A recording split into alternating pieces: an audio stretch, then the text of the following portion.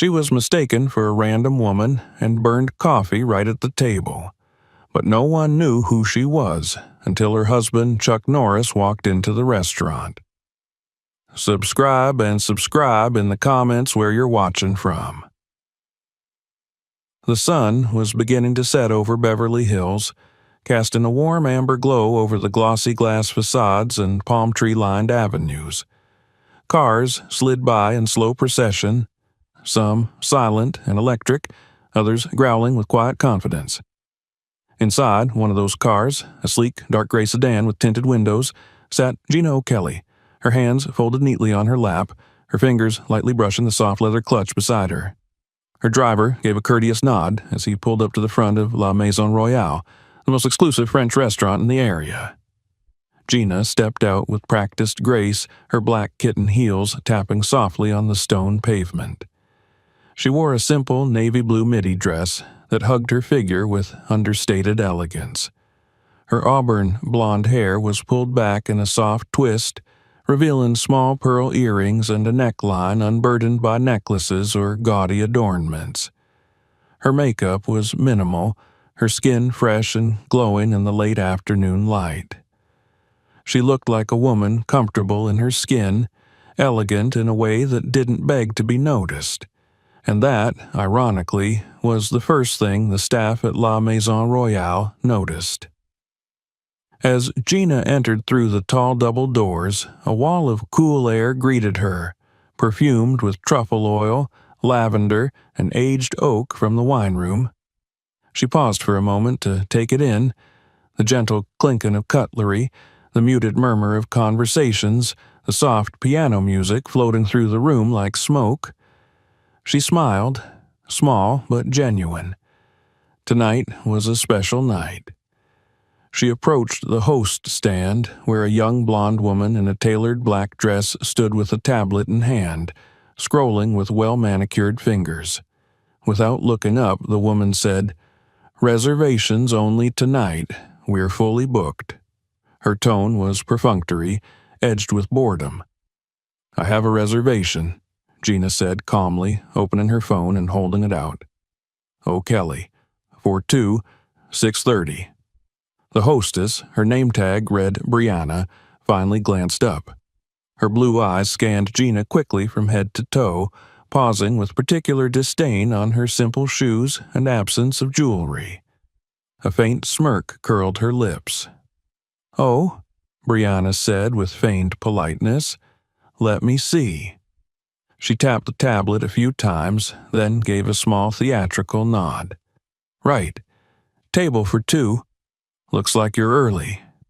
"A few minutes," Gina replied evenly. "I don't mind waiting at the table. My husband will be joining me shortly."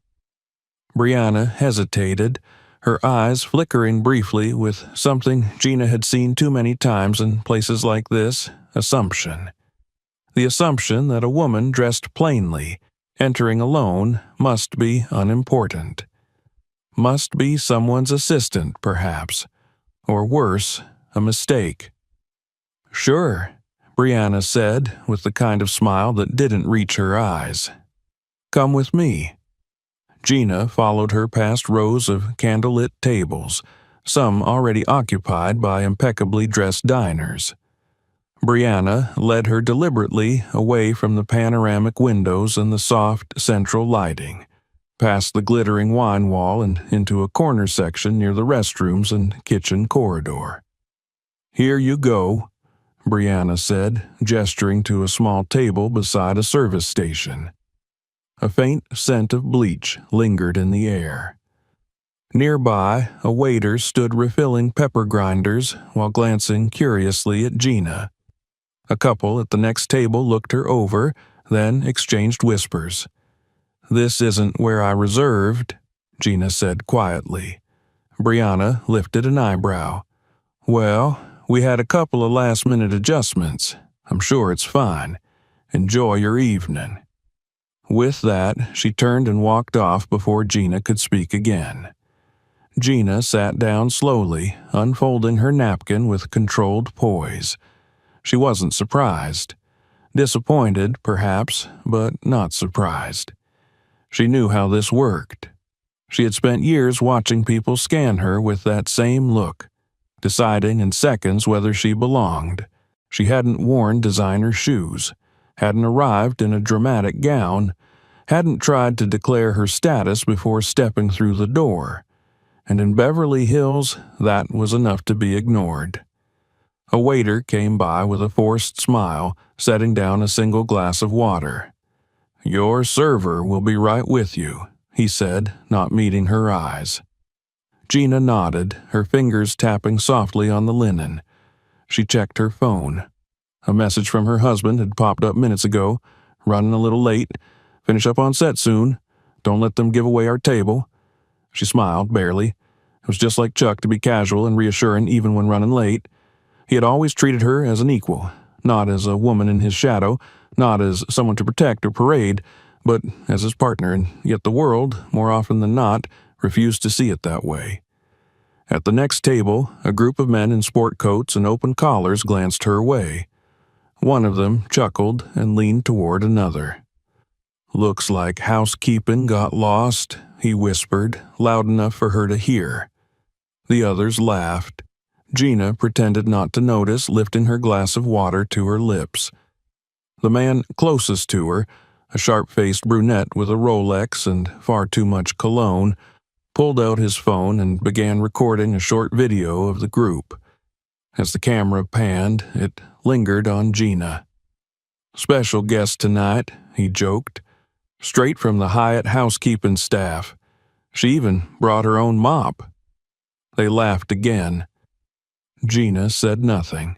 She simply set her glass down and adjusted the napkin on her lap. She had endured this before. She'd seen the faces twist in laughter, watched the quick edits on Instagram, heard the digital snickers from strangers who didn't know her and didn't care. But tonight was different. Tonight was their anniversary.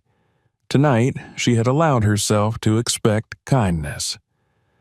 The waiter finally returned. He wore a tight smile and didn't ask for her name. "Still waiting on someone?"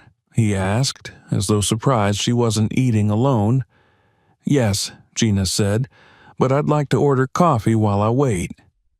The waiter nodded and left. At the next table, the men were still talking, still glancing her way between sips of wine and smug glances. Gina took a breath and let it out slowly.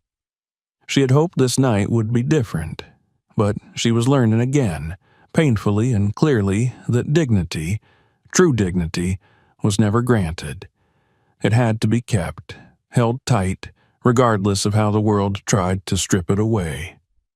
The restaurant hummed with voices and the clink of glasses, but at her table, all was still. The storm had not yet begun.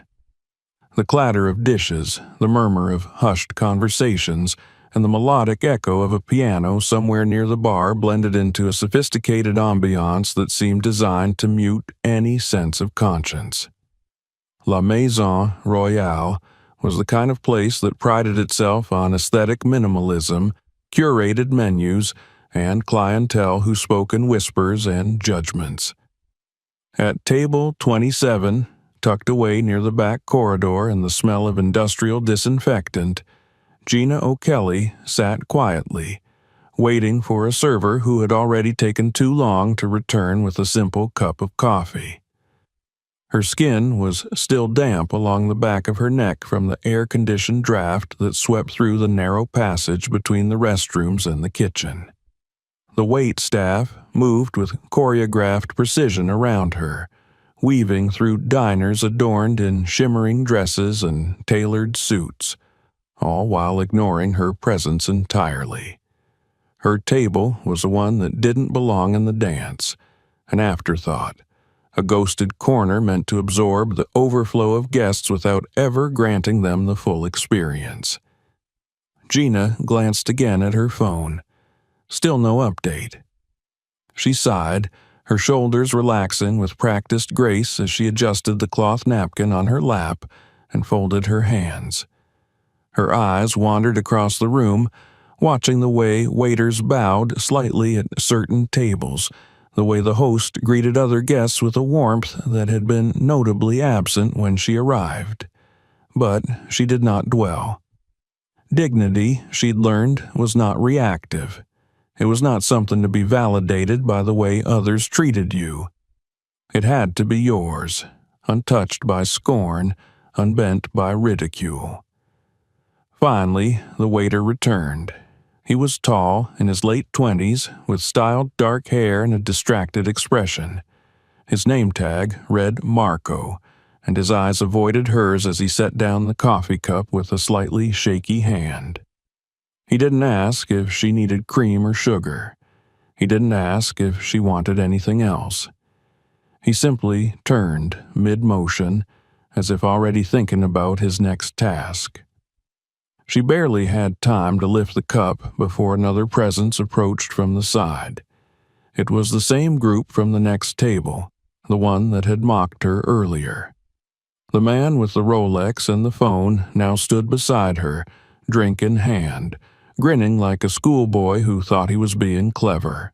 "Sorry, are you using this chair?" he asked, gesturing to the empty seat across from her without waiting for a reply. "Didn't think so." She raised her eyes to meet his, unwavering. "My husband is joining me shortly," she said, the words simple, calm, irrefutable. He chuckled, tilting his head in mock concern. "Oh, yeah? What's he? A plumber? Uber driver?" His voice was just loud enough to reach the surrounding tables. A few heads turned. Some people smiled awkwardly, unsure if it was a joke or something they should pretend not to hear. Gina said nothing. She simply looked back down at her coffee. The man made a disappointed sound and turned back toward his group. "Guess she's not feeling chatty," he announced, drawing another ripple of laughter. As he stepped away, another server approached. This one, a young woman with a stiff smile and a red bob haircut. She carried a tray with another cup of coffee and 2 saucers balanced neatly. Gina barely glanced up before she heard the sharp intake of breath, the sudden spill, and the unmistakable splash of hot liquid colliding with skin. The entire left side of her head and shoulder erupted in heat. The coffee poured over her hair, soaked into the fabric of her dress, and ran down the line of her collarbone. It burned. Not scalding, but enough to sting, enough to turn her skin red where the fabric clung wet and heavy. The cup had slipped from the tray, or perhaps had been tipped, but the result was the same. Humiliation, hot and wet, spreading over her in front of a full house of elite diners. The server gasped theatrically and pulled back a step, one hand still gripping the tray. "Oh my God, I am so sorry," she said with the cadence of someone who had practiced this apology before. "It's just so crowded in this section. Someone must have bumped me." No one had bumped her. Gina had seen it. The server had tilted the tray before even reaching the table, leaning just enough to spill without appearing intentional. It was subtle, but not invisible. "I'll get a towel," the woman added hastily, already turning. From the table next to her, the same group burst into laughter. One of the women clapped lightly, shaking her head as though watching a sitcom. "Well, that's one way to cool off a charity case," she said. The man with the phone had already resumed recording. "This is gold," he muttered to himself, capturing Gina's profile as she slowly reached for a napkin and began dabbing at her shoulder. Marco, the waiter, returned with a towel, too small, barely more than a dish rag, and offered it like a peace offering. Gina took it without a word, her movements precise, deliberate. "You can move if you want," Marco mumbled. "There's a table near the back. Less traffic." "No," Gina said simply. "I'll stay here." He blinked, hesitated, then turned away. The server who spilled the coffee, her name was Courtney, according to the tag on her chest, returned briefly, muttered another scripted apology, and placed a new coffee on the table before vanishing again. Gina didn't touch it. From across the room, Brianna watched with an unreadable expression. Her arms were folded, one hand twirling the end of her long ponytail. She leaned in to whisper something to the maitre d', who gave a small laugh and shook his head.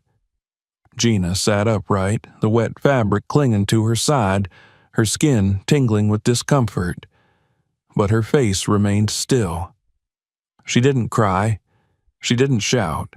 The humiliation had happened publicly, yes, but her reaction remained hers to control. At the next table, the recording continued. #RichWife, someone offered sarcastically. No, Troy said, grinning. #Maid in disguise. The phone panned closer, zooming in on Gina's profile. Her hands were still, her breath was even, but her eyes, those calm, deep green eyes, were not empty. They shimmered with a quiet fire. And then, very slowly, she reached into her bag and pulled out her phone. She opened the text thread. One message, 5 words. Come now, I need you. She hit send. Then she set the phone down and with deliberate calm reached for a new napkin to dry her face. Her fingers moved with quiet elegance, brushing away droplets from her cheekbones, absorbing the liquid along her temple. She pressed gently at the corner of her jaw where the skin was still warm. You okay there, sweetheart? The woman at the next table asked, faux sweetness oozing from her tone. Don't want to make a scene, right? Gina turned her head slowly. Their eyes met. I'm perfectly fine, Gina replied, her voice steady. But you won't be. The woman blinked, caught off guard by the unexpected response. For a moment, no one spoke. Even the group of men seemed to pause. Gina returned to her posture, shoulders straight, chin high, expression composed. She didn't reach for her coffee again. She didn't wipe the table or ask for help. She simply sat there, wet, burned, and dignified. Minutes passed. The conversation around her resumed in awkward murmurs. People looked away, pretending they hadn't seen. Some whispered, some shrugged, a few exchanged guilty glances. But Gina noticed all of it. She had seen it before. The way people could turn their heads when wrong was done right in front of them. The way silence was a more convenient shield than confrontation. But she would remember every face. Her dress was ruined. Her skin was tender. Her night had been hijacked by cruelty masquerading as service and privilege. But something inside her remained unbroken. Not just because she was strong, but because she had lived this once before. And she had promised herself that if it ever happened again, if anyone dared to treat her like this again, she would not walk away quietly. Her phone buzzed. On my way. 10 minutes. Gina locked the screen and placed it face down. She looked across the room to the polished glass of the wine cabinet where her reflection shimmered faintly. Drenched, yes, but not defeated. The storm was coming. And this time, it had a name. The seconds after the burn seemed to stretch into silence. Although the restaurant gradually returned to its low murmur of silverware, soft jazz, and murmured mockery, for Gina, everything moved through a thick veil of stillness. The humiliation remained tangible, sticky, hot, and clinging to her like the last drops of coffee still rolling from her collarbone into her damp dress. But beneath the quiet posture and controlled breath, something fundamental had shifted inside her. She watched her reflection in the wine cabinet glass. It was faint, blurred slightly by the soft lighting and polished crystal behind it, but clear enough. Her face was calm, her posture upright, but her eyes, once composed and still, now carried the unmistakable glint of resolve, deep, unwavering, and entirely unafraid. The text she had sent to her husband had been brief. It hadn't needed explanation. Over their years together, she and Chuck had developed a rhythm that required few words, and he knew instinctively what that message meant. Not because she was incapable of handling herself, but because some moments demanded not solitude, but solidarity. And Chuck had always shown up for her. She remained seated. She did not stand or leave. She did not excuse herself to the restroom or ask for a manager. The very idea of asking for an apology from people who didn't believe she was worthy of one felt hollow. Instead, she waited. Not for permission, for justice. From the table beside her, the laughter had dulled into smug murmurs. Troy, the one with the Rolex and the oily confidence of someone born into entitlement, leaned back with one arm slung over his chair.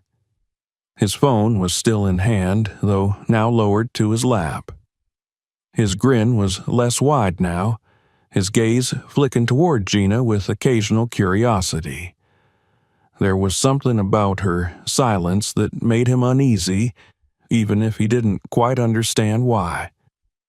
"What do you think she's waiting for?" he muttered to his friend, a younger man with slicked-back hair and anxious eyes. "Maybe for the manager to comp her meal," the friend offered. Troy scoffed. "She's not getting comped. They barely let her in the building." At the far side of the dining room, Brianna glanced over, narrowing her eyes. The maitre d', a tall man with a French accent he wielded like armor, whispered something to her. They both looked toward Gina. She met their eyes calmly, offering nothing in return.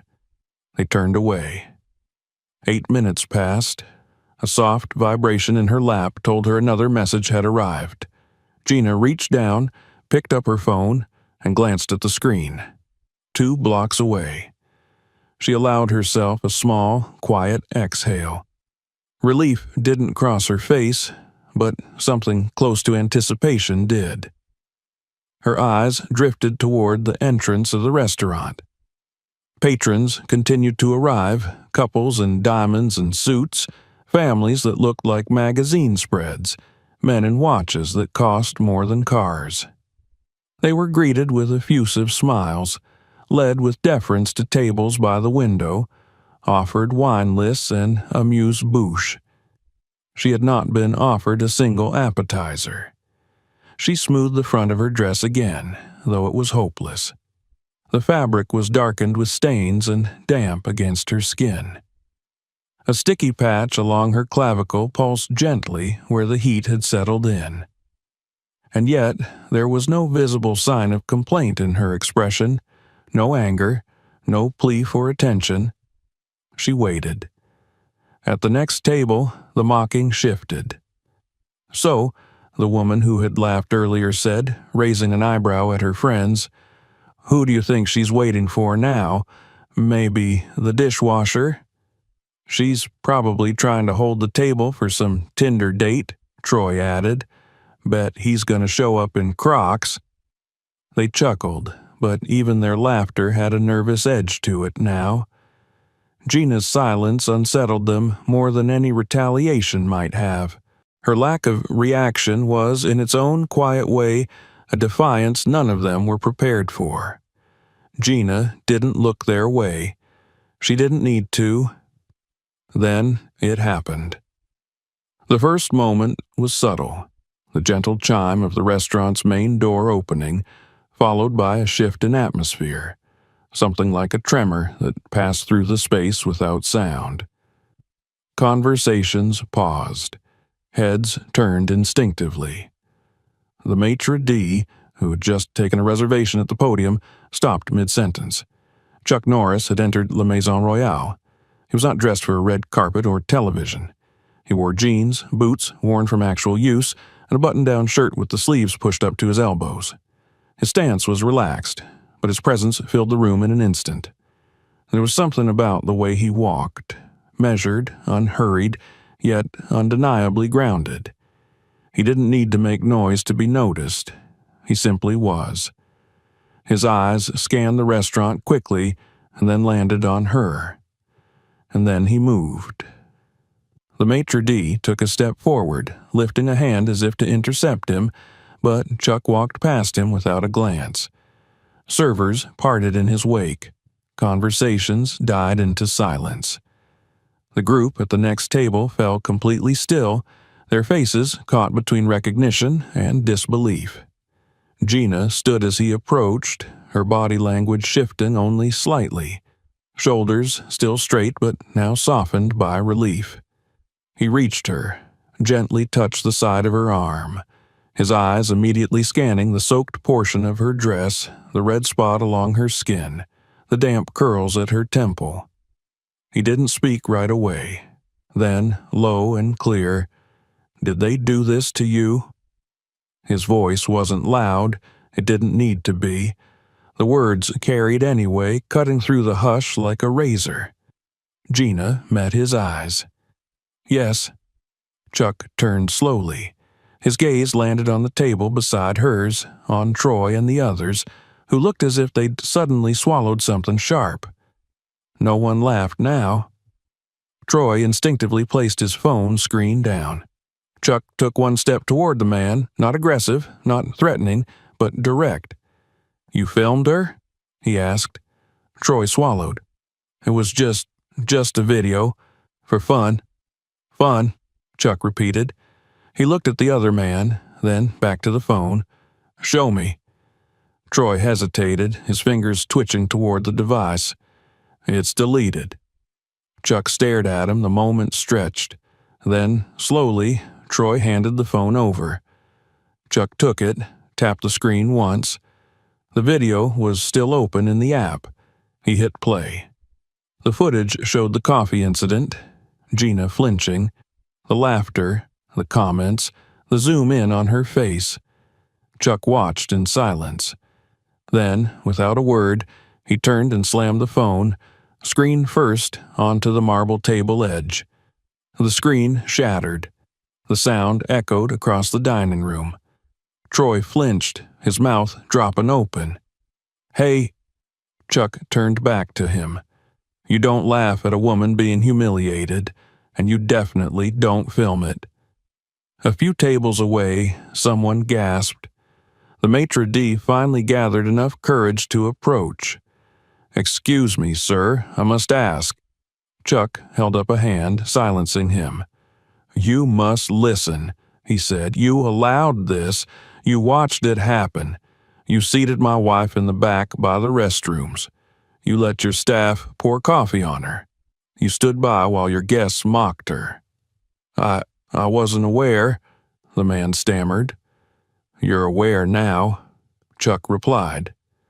Gina remained still, her hands at her sides. Her presence was no less commanding. She had not changed position, but the balance of the room had shifted entirely around her.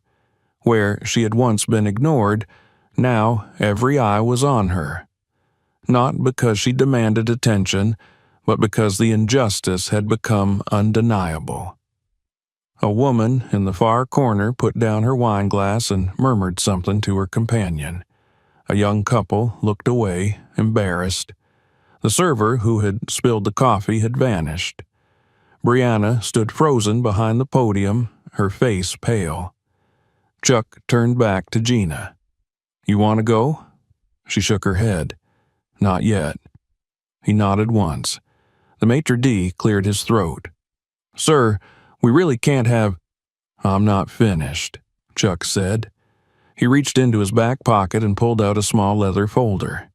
Inside it was a folded letter, marked with a legal watermark and the letterhead of a prominent law firm. He handed it to the maitre d'. "From our attorney," Chuck said, "lawsuits filed, harassment, negligence, discrimination." The man's hands trembled as he opened it. His eyes widened with each line he read. Chuck looked around the room. "You all saw it. You watched it happen. You laughed. You said nothing. And some of you helped." The silence that followed was suffocating. Gina spoke then. Her voice was soft, but it carried with eerie clarity. "I came here to have dinner with my husband," she said, "not to be mocked, not to be burned, not to be turned into someone's social media entertainment." She looked around the room. "I've kept quiet before, but not tonight." Her eyes locked on Brianna, who shrank behind the podium. Chuck held out his hand to Gina. She took it. Together, they turned and walked toward the exit. No one stopped them. No one could. As they reached the door, Chuck paused and turned back to the maitre d'. "You'll be hearing from our lawyer again," he said, "but more importantly, you'll be hearing from the world." And with that, they stepped out into the night. Inside, the silence remained, but outside, the storm was only beginning. The door to La Maison Royale closed softly behind them, but the tremor left by their exit lingered like the last rumble after a distant thunderclap. Inside the restaurant, no one spoke immediately. The polished civility that had defined the place only moments before had cracked open, revealing an undercurrent of shame and guilt exposed under the cold fluorescent lights, now too harsh, too real.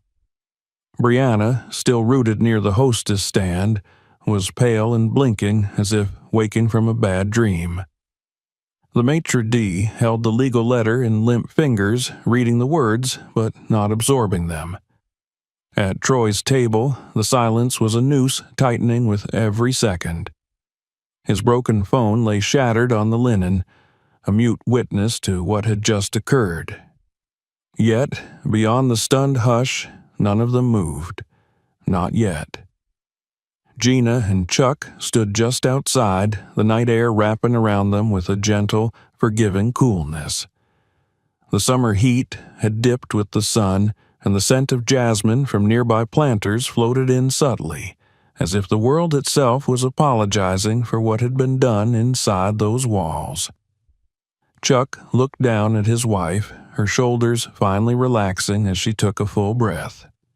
Her dress was still damp, her skin pink from where the coffee had touched it, but her eyes were calm now. Not cold, not vengeful, but certain. Her fingers were laced with his, and in that moment, she wasn't anyone's victim. She was the calm after the storm. "Are you okay?" he asked again, quieter now that they were alone. "I am now," she answered. She didn't need to say more. He knew her well enough to hear everything she didn't vocalize. The quiet fury, the bitter memory of their last encounter with public humiliation like this, years ago, in another establishment where the same assumptions had been made based on her understated appearance and his delayed arrival. That time they'd left quietly, dignity intact but no justice served. This time had been different. This time the world had watched, and the world would remember. As they crossed the parking lot, Chuck pulled out his phone. He didn't like social media. He didn't use it for self-promotion or fame. He had never needed to. But tonight, he opened the camera not to film, but to document. He turned toward the building, its golden letters shining above the double doors, and took a single photo. Then, he tapped open his contacts and sent the image to someone named Kelly Walters. "She'll know what to do with it," he muttered. Gina nodded. "It's time they learn." Inside, the silence was finally broken by the soft buzz of cell phones. Notifications began pinging. People who had seen the confrontation started to share it online. First, through Instagram stories and short clips on TikTok, then longer edits and commentary posts on Twitter and Facebook. Someone had even managed to catch the moment Chuck smashed Troy's phone against the table corner, and the image of the broken device lying on crisp white linen became an instant symbol. Hashtags bloomed within minutes. #Respect Gina, #Chuck was right, #Legend stepped in. La Maison Royale's location tag was soon flooded with comments. One-star reviews began to stack up like bricks in a collapsing wall. By the time the restaurant manager returned from his brief, anxious smoke break in the alley, the damage was already visible on the business's public profile. The maitre d' had tried calling the owner, a slick financier named Alan Durand, who operated several luxury venues around Los Angeles. But Alan had not answered. He was in Monaco, drinking champagne with someone's wife and trying to close a development deal. When he finally saw the dozens of missed calls and opened the first video, his jaw tightened. He recognized Chuck immediately. Everyone did. An hour later, the restaurant's Instagram account went offline. The comment section on their last post, a photo of foie gras on toasted brioche, had become a battleground, with thousands of comments ranging from indignation to mockery. By midnight, Yelp had locked the page due to unusual activity, and a statement had begun to circulate, supposedly from La Maison Royale's PR firm, claiming that the incident was a misunderstanding. But the damage was not a misunderstanding. It was systemic. And it was just the beginning.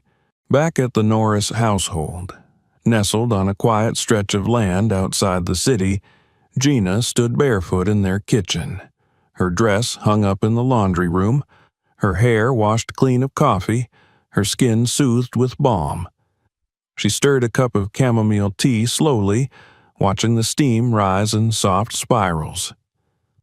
Chuck was at the table, his laptop open, reading headlines already beginning to form. "Chuck Norris defends wife against restaurant humiliation," he read aloud. "Not bad." "It's not about me," Gina said softly. Chuck looked up. "I know." She turned toward him.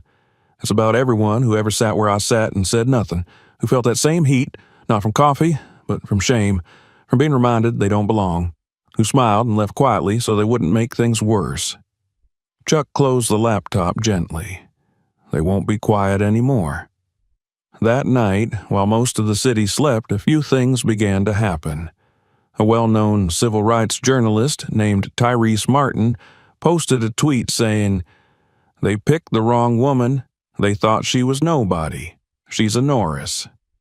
The post hit 5 million views by dawn. Several celebrities reposted the video footage. One actress commented, "This is why I don't go to fancy places anymore.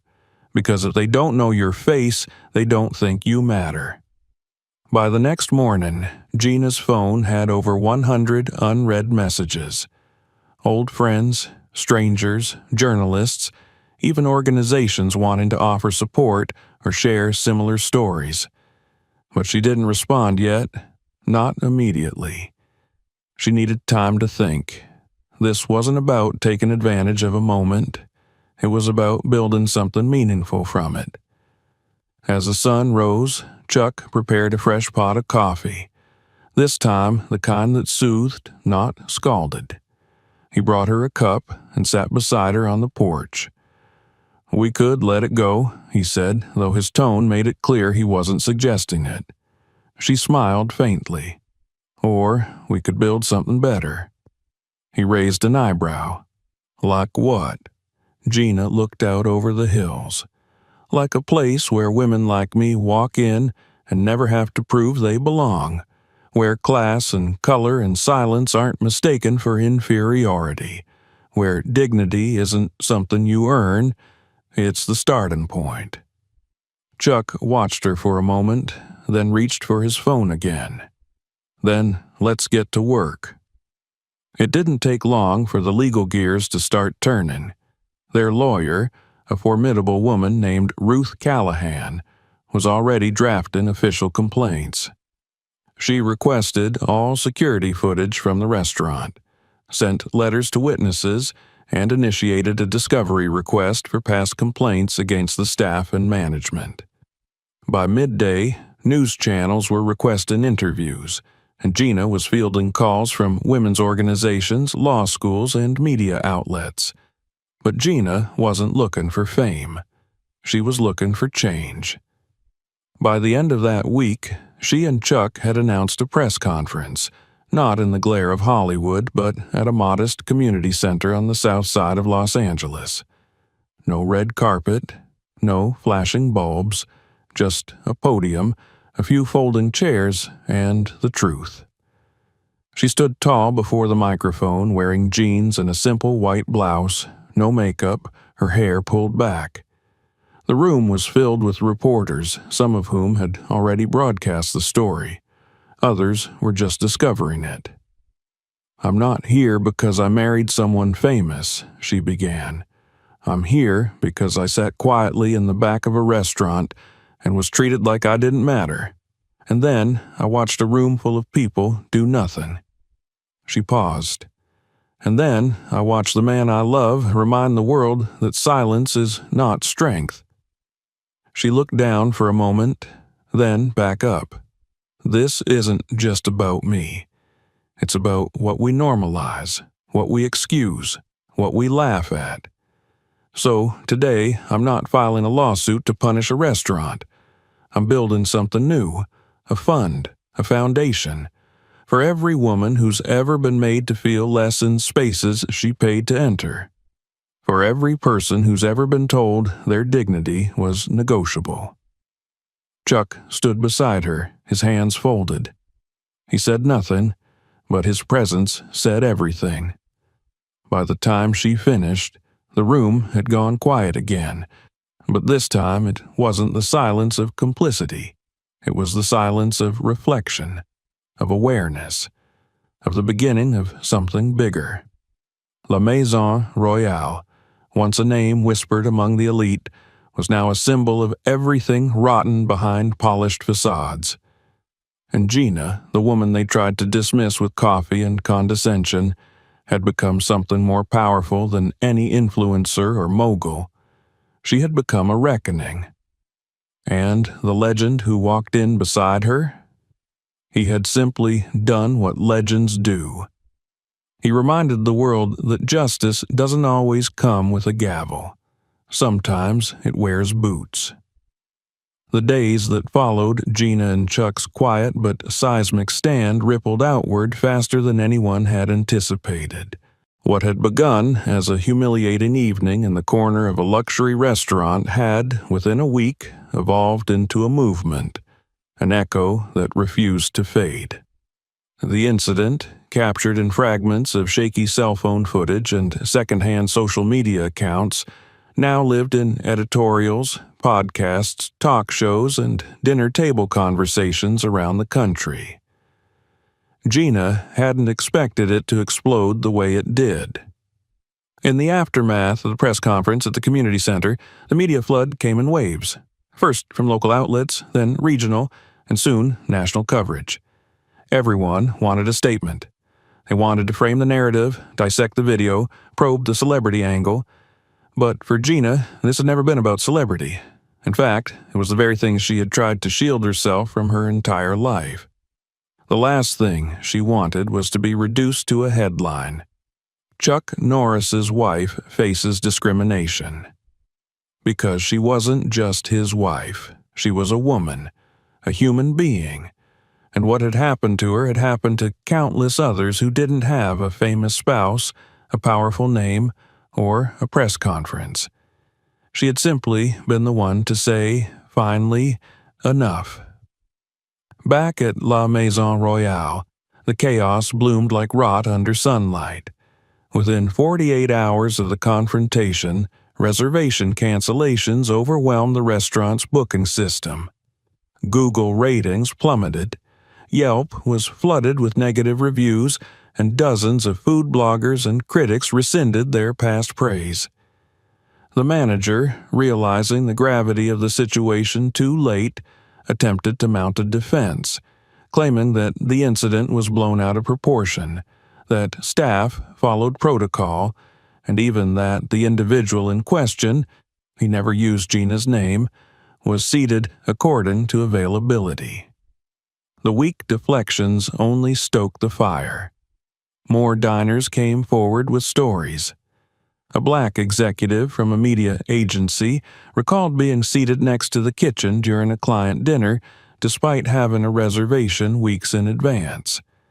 A Latina attorney wrote an essay describing how a server accidentally spilled red wine on her white blazer during a law firm celebration.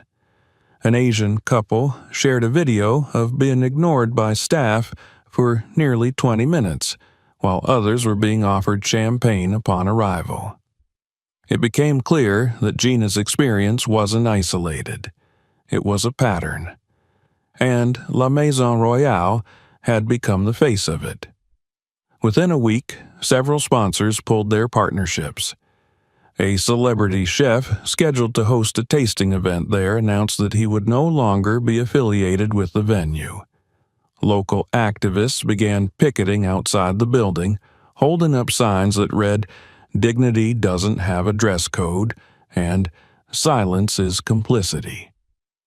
A mural appeared overnight on the alley wall behind the restaurant, an image of Gina seated alone at the corner table, coffee dripping from her shoulder, her posture proud and unbent, with the words, "We see you now," painted in bold above her head.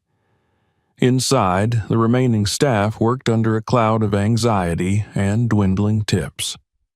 Brianna had been put on unpaid leave, though sources inside claimed she had merely shifted to back-office duties. Courtney, the waitress who had spilled the coffee, quietly quit 3 days after the video surfaced. Troy, the smug guest with the phone, had become the poster child for the public's fury. His name was shared online, and within hours, his employer issued a statement distancing themselves. By the end of the week, he was fired. His online presence vanished overnight. But while the restaurant reeled under the weight of public outrage, Gina remained at home, focused not on the destruction, but on what could rise from the ashes. She and Chuck had already begun meeting with legal teams and nonprofit directors. Together, they established the O'Kelly Initiative for Dignity and Service, a nonprofit focused on combating classism, racism, and gender discrimination in hospitality and service industries. The organization's mission was clear: training, accountability, and empowerment. It would offer workshops for hospitality staff, legal support for victims of discrimination, and a national reporting platform for incidents of bias. Chuck, for his part, had gone from reluctant participant to devoted partner. Though the public eye loved to cast him as the enforcer, the mythic defender who burst into the restaurant like a Western hero, he was more invested in the quiet, behind-the-scenes work. He joined Gina at every strategy meeting, read through every proposal, and listened, truly listened, as survivors of similar experiences told their stories.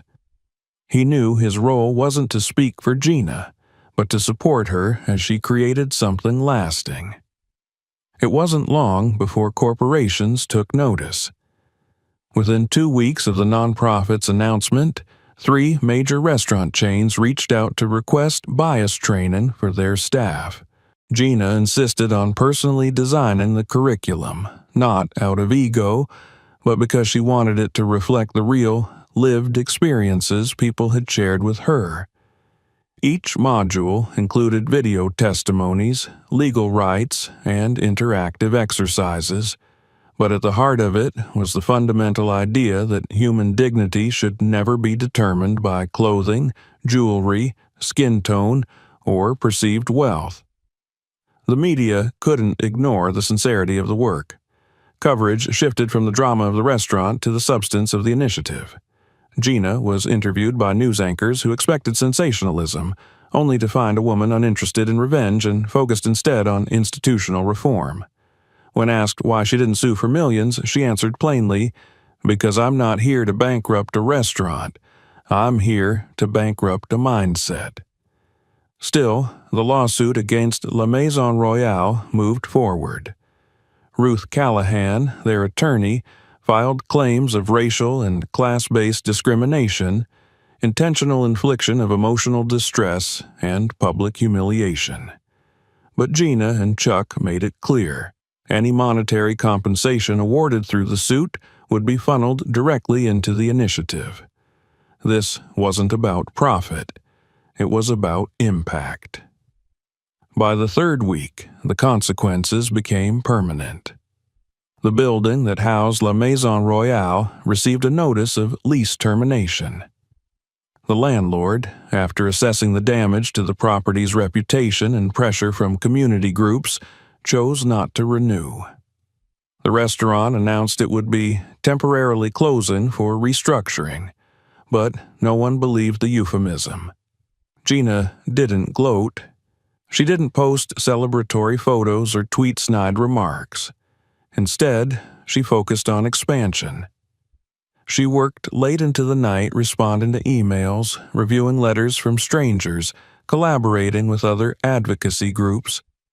She even began outlining a book, not a memoir, but a guidebook for those navigating similar landscapes of invisibility and erasure. Her days were long but purposeful, and in quiet moments, when the house was dark and the only sound was the hum of the refrigerator, Chuck would find her staring out the window, her expression still but not heavy. There was peace in her now, a peace born not of victory, but of direction. One morning, over coffee, fresh, hot, and lovingly brewed, Chuck handed her a folder. "I had Ruth draft this," he said. Gina opened it and read. Inside were the documents to purchase the building that had once housed La Maison Royale. The owner, facing mounting legal fees and reputational collapse, had listed it quietly. Chuck had made an offer within hours. Gina looked up slowly. "You bought it?" "No," he said. "We did, together." She stared at the papers for a moment, then let out a long breath. "What do we do with it?" Chuck leaned back in his chair, eyes thoughtful. "Whatever you want. A center, a training facility, a space where people come to be reminded of their worth." Gina smiled then, soft but certain. "No," she said, "not a reminder, a declaration." And so, plans began to take shape, not just for an organization but for a headquarters. A space carved from the ruins of humiliation. Where there had once been sneers and spilled coffee, there would now be lectures, workshops, and support groups. The building would no longer host candlelit dinners for the privileged.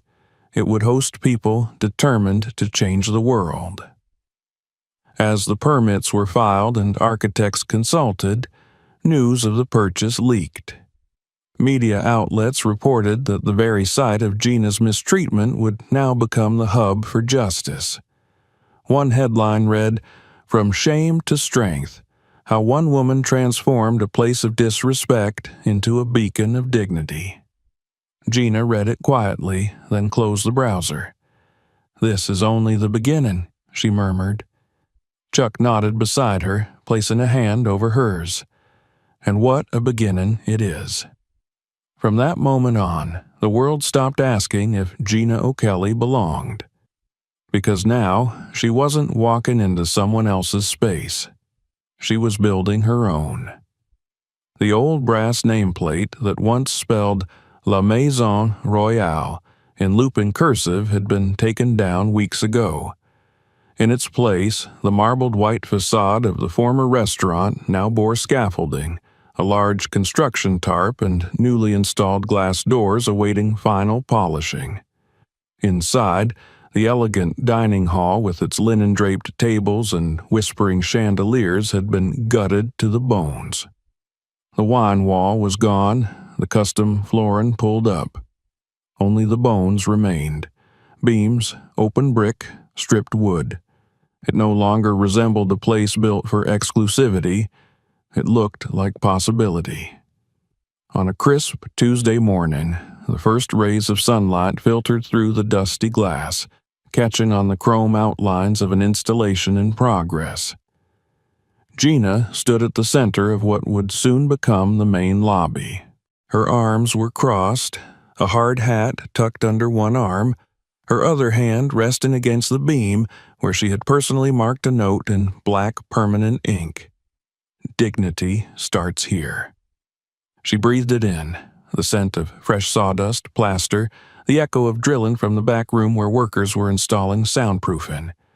There was no piano music here now, no muttered snickers or filtered glances, just labor, just intention. It had taken weeks of planning, design proposals, city approvals, and public commentary, but the transformation of the former restaurant into a training and justice center was underway, and Gina had ensured she would be involved in every phase. She didn't just want it to look different, she wanted it to mean something. This would not be a building of reaction, but one of reconstruction. A center for professional hospitality reform, for teaching empathy and dignity from the inside out. A space for seminars, training sessions, therapy circles, legal workshops. A sanctuary for those who had been made to feel small, offering not only solidarity but tools to reclaim space, properly, permanently. The name she chose for the building had been debated, argued, pondered over late-night cups of tea with Chuck, but ultimately it had to reflect not just her, but what it stood for. It would be called the O'Kelly Center for Equity and Respect. 1 week before the opening, invitations went out for a quiet preview, a soft launch for key community partners, educators, workers from local restaurants and hotels, and several women who had shared their own experiences since Gina's story became public. It wasn't about impressing anyone. It was about honoring them. The day of the preview, Gina rose early. Chuck had already brewed coffee, this time the kind that filled the kitchen with comfort. He handed her a cup and kissed her forehead. "You nervous?" he asked. She shook her head, though her fingers tightened around the mug. Not nervous, just aware. He smiled, knowing what she meant. The weight of visibility, the strange pressure that came not from fear, but from purpose. They had built something real. Now the world would see if it would be welcomed. The event began at noon. No red carpet, no velvet ropes, just glass doors propped open, a table with name tags and volunteers offering water and guiding guests through the newly transformed building. Inside, the reception space had been painted warm ochre, with walls lined with quotes from workers, survivors, thinkers, those who had lived, learned, and rebuilt themselves through adversity. The words weren't framed in gold. They were stenciled directly onto the concrete, unmovable, unadorned, and permanent. In one room, a former hospitality trainer delivered a talk about implicit bias. In another, a young woman recounted how she had been turned down from a front desk job for looking too urban, only to later start her own boutique hotel that now employed dozens. And in the main room, Gina took the stage, not from a platform, but standing among the audience, her voice clear and direct. "I was called Chuck Norris's wife by every news headline that followed this story," she said. "And yes, I am proud to be his wife.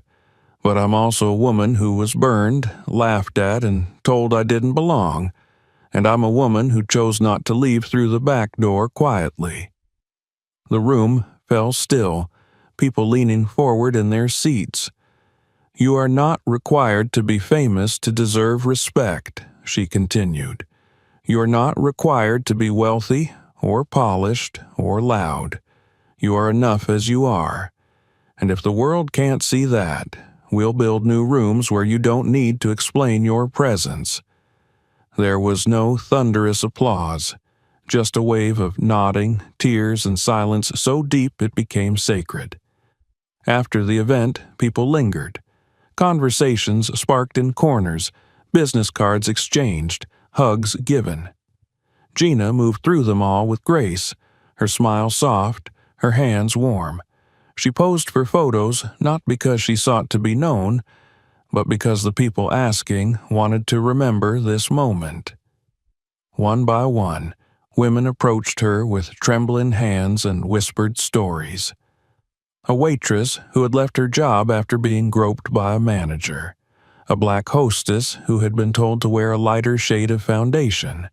A single mother who'd once been fired for being too emotional after asking for leave to care for her child. Gina didn't give them speeches. She just listened. And that was enough. In the following weeks, donations began to pour in. Some large, but many small, from servers and bartenders and cleaners who had seen the story and recognized themselves in her silence that night in the restaurant. The fund grew, so did the demand. The training program was formalized and offered online. Gina recorded the introduction herself, dressed plainly, speaking without notes. Soon, hotels in Chicago, Seattle, Atlanta, and Boston signed up.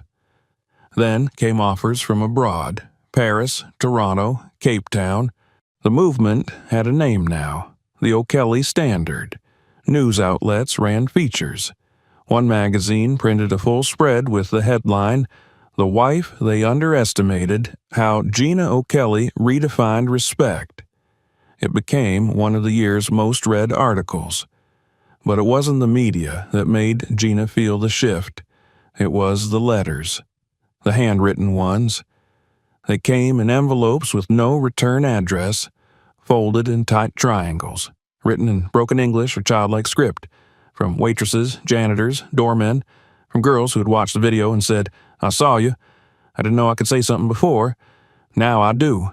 Late one evening, Gina sat on the porch, a blanket over her legs, reading one such letter aloud to Chuck. It was from a 16-year-old girl in Kansas. "They said I don't look like I should work in a hotel lobby," Gina read softly, "but I want to be like you, and I want to make places better. I want to build new rooms." Chuck said nothing. He just reached over and took her hand. Later that night, as they locked up the house, Gina paused before their bedroom mirror. She looked at herself, not through the lens of a camera, not through the eyes of the critics or the architects of judgment, but as a woman who had survived something small and ordinary and quietly cruel, and had turned it into something that refused to stay small.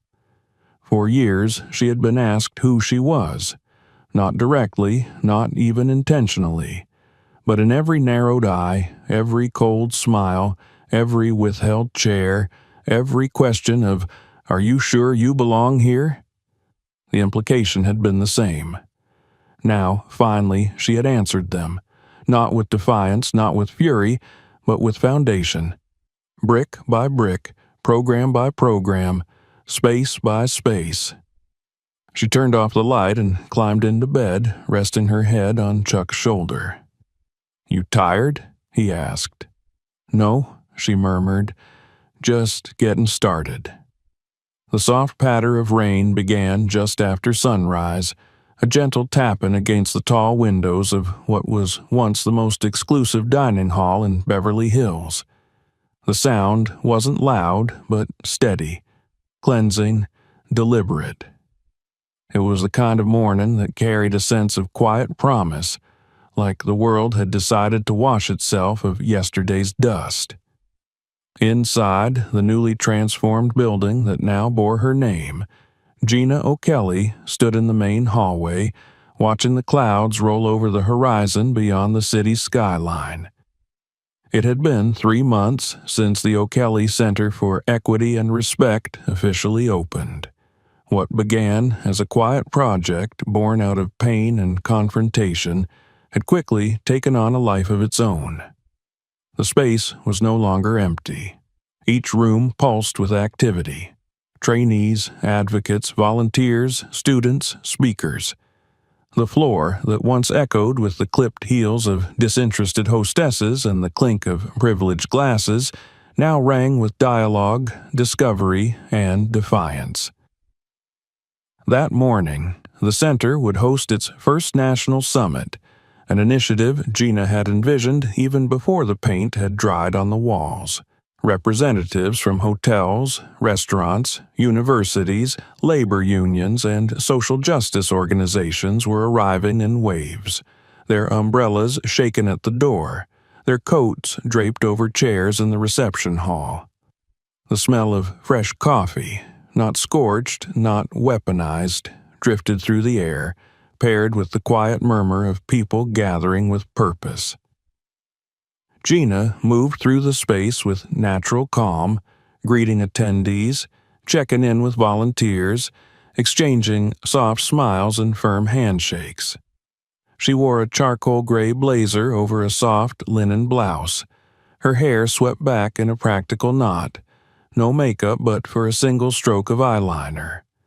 She carried herself not like someone who needed attention, but like someone who had long since earned it.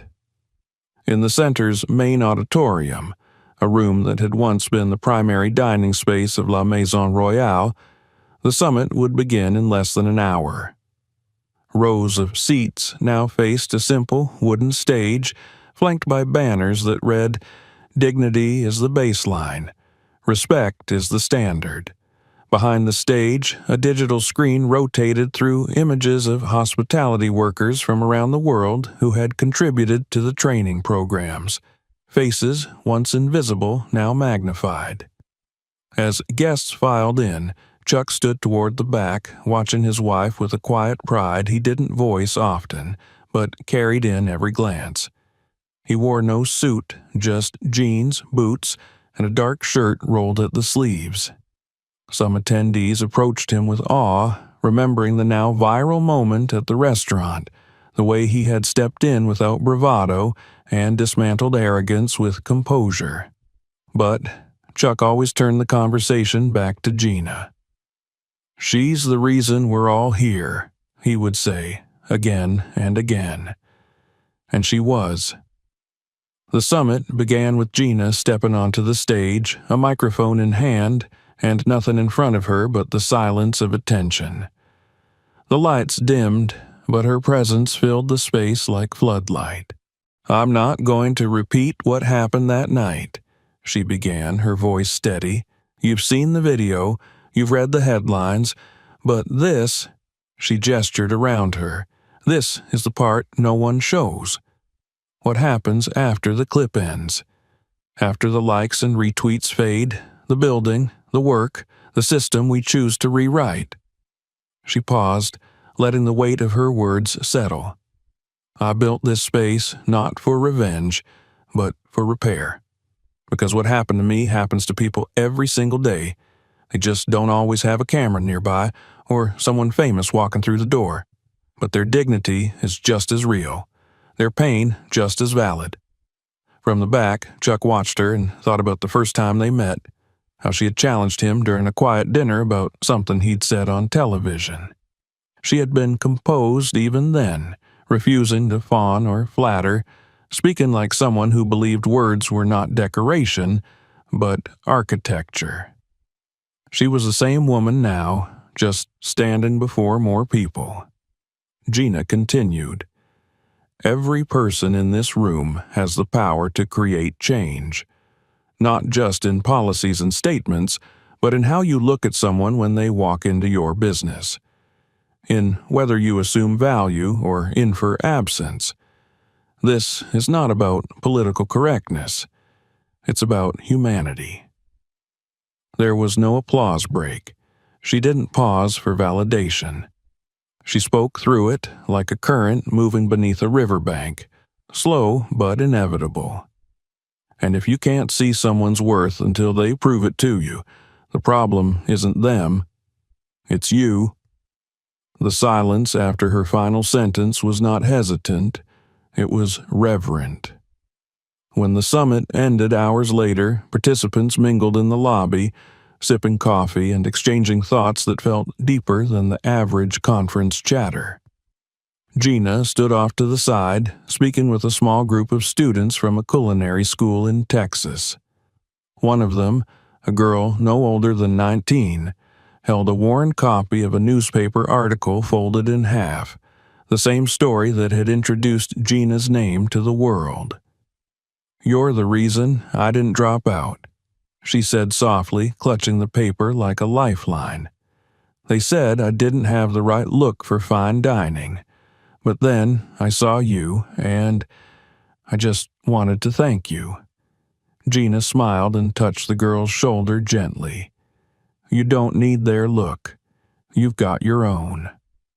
In the days that followed, more letters arrived. One came from a man who had once worked as a dishwasher in La Maison Royale before being dismissed without cause. "Now," he wrote, "I teach kitchen safety and respectful leadership at a vocational school. Your center gave me a place to start again." Another came from a hotel manager in Lisbon who had quietly adopted the O'Kelly standard for his entire chain without fanfare or announcement. "Guests noticed the difference," he wrote, "but more importantly, so did our staff." Chuck sat with Gina one evening as she sifted through the letters, her fingers brushing the paper gently, her brow furrowed in thoughtful quiet. She had never grown used to the impact. She didn't crave it, but she never dismissed it either. "You've changed a lot of lives," he said. "So have you," she replied, not lifting her eyes. He chuckled. "I just smashed a phone and called a lawyer." "No," she said, finally looking at him. "You believed me. You stood beside me. That's how revolutions start." He didn't argue. The media cycle eventually moved on. New stories emerged, new scandals, new trends, but the center remained. Its work grew. The O'Kelly Initiative partnered with universities to offer scholarships to students pursuing degrees in service management, labor law, and conflict resolution. A documentary crew began filming a series on systemic reform in hospitality, using Gina's story as its anchor. And yet, through it all, Gina never became distant. She remained present, attending morning workshops, greeting janitorial staff by name, answering her own emails. She refused to be turned into a brand or icon. She was a woman who had suffered, endured, and rebuilt, and she knew the most powerful thing she could do was make room for others to do the same. On the one-year anniversary of the incident, the center held a candlelight vigil, not for her, but for those whose stories never made headlines, the ones who had swallowed shame quietly, the ones who had left jobs in silence, endured humiliation in front of strangers, and were never met with justice. The front steps of the building were lined with small glass lanterns, each one bearing the name of someone who had come forward over the last 12 months. Gina stood at the top of the stairs with Chuck beside her, their fingers intertwined. As the crowd gathered, someone from the media called out a question. "Do you think they know now? The ones who mocked you? The ones who tried to tear you down?" Gina looked out over the sea of lights, her voice calm but resolute. "Yes," she said, "now they know, and more importantly, so do we." That night, as she walked through the building alone after everyone had gone home, she paused by the corner where her old table had once stood, the very place she had been burned, dismissed, ridiculed. That space was now part of the open lobby, tiled and clean, with a bench nearby and a tall plant in a recycled wine barrel. She stood there for a long time, one hand resting on the beam she had marked during construction. Then she turned and walked away, not because she was fleeing the past, but because she had already claimed it and rewritten it on her terms. If this story moved you, don't forget to subscribe for more. Check out our next video and explore other stories on the channel. And if you believe this message matters, share it with someone who needs to hear it.